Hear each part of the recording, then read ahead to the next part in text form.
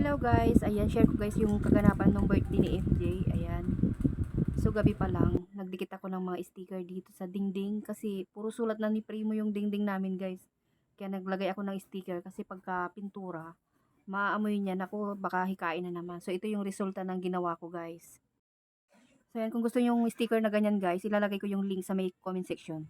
Ayan guys, Sabado ng umaga, ayan, nag-umpisa na akong mag-prepare ng kaniyang handa. Ayan, sasabak na naman tayo. Mga ilang putahe lang naman guys yung lulutuin natin. Lumpia, tapos yung coffee jelly, and then carbonara pansit. Ayan, yung iba in-order ko na rin. So ayan guys, gumawa ako ng coffee ko jelly. Yan, masarap yan guys, baka hindi nyo pa nasusubukan. Tapos ito naman ay carbonara. Yung mga recipe nito guys ay na-upload ko na. Ayan, scroll nyo na lang po sa aking FB page, Jeans Cooking. Ayan, carbonara ito guys. Ayan, masarap yan guys. Naku, kung hindi nyo pa nasusubukan, naku, subukan nyo na. Ayan, maghahalo na tayo. Kasi malapit nang dumating yung mga bisita ng anak ko. Mga kaklase naman niya yung mga bisita niya. Mga ilang bisita lang din naman yung mga kasama niya. Siguro mga 6-7. Ayan, naggawa din ako ng lumpia. Ayan, gusto daw nila ng lumpia. Kaya pinaggawa ko sila ng lumpia. Tapos nagluto rin po ako ng pansit. Kasi bibigyan ko rin po yung mga kapitbahay natin. Ayan, naluto na yung lumpia. Ngayon, ang susunod ko namang lulutuin na yung pansit. Kung ano yung mga request lang din ng mga anak ko, yun din lang naman yung niluluto ko guys. Ayan, kung ano yung gusto nilang handa, yun lang din yung niluto ko. Tapos, gumawa rin pala ako ng chicken nuggets. Bali, 1 kilong pansit lang naman itong niluto ko guys. Ayan, marami na to. Isang kasirola na rin. Marami na rin siyang mapapakain nito. Ayan, tapos nagluto rin po ako ng chicken finger. Ayan, kasi request din ng anak ko. So ayan, naglatag na tayo dahil malapit na raw dumating yung mga bisita niya.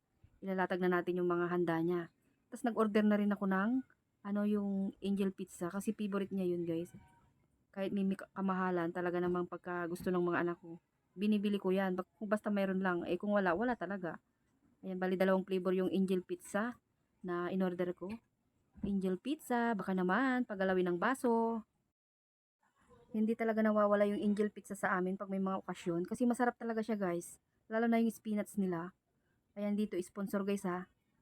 So ito lahat yung kanyang pinrepare kong handa niya guys. Kaya mag-i-enjoy talaga yung mga anak ko. Tsaka yung mga kaklase niya. Ayan, may yung coffee jelly natin. Tapos yung cake niya. Bali 2 yung cake niya guys. Binili ko yung isa, tapos yung isa binigay din ng mga kaklase. Ayan. Kasi kung kakain din kami sa labas guys, mas mapapamahal kami. Kasi siyempre sa pamasahe, wala naman kaming 4 wheels, kaya mag-aarki lang din kami ng mga sasakyan. So ayan, nag-decide na rin ako talaga na sa bahay na lang kami. So ayan, magkaano na siya ng kanyang cake at magbo-blow na raw siya. At siyempre, marami pang tira dyan. Ayan, okay na guys, at na-prepare ko na lahat.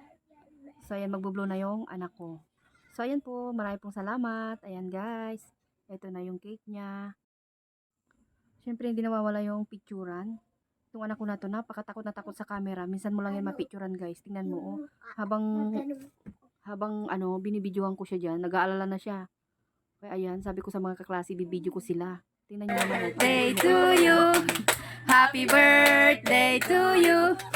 Happy birthday, happy birthday, happy birthday to you. Sapa, happy birthday to you. Happy birthday to you. Happy birthday, happy birthday, happy birthday to you. Oh, blow mo na. Mag-wish ka muna. Naka-wish na ako. Pray mo. Yay! So ayan po, siyempre hindi nawawala yung picturan. Ayan po, marami pong salamat sa inyong panunod at marami ding pong salamat sa mga kaklase niyang pumunta dito sa bahay. Happy birthday, Ate MJ!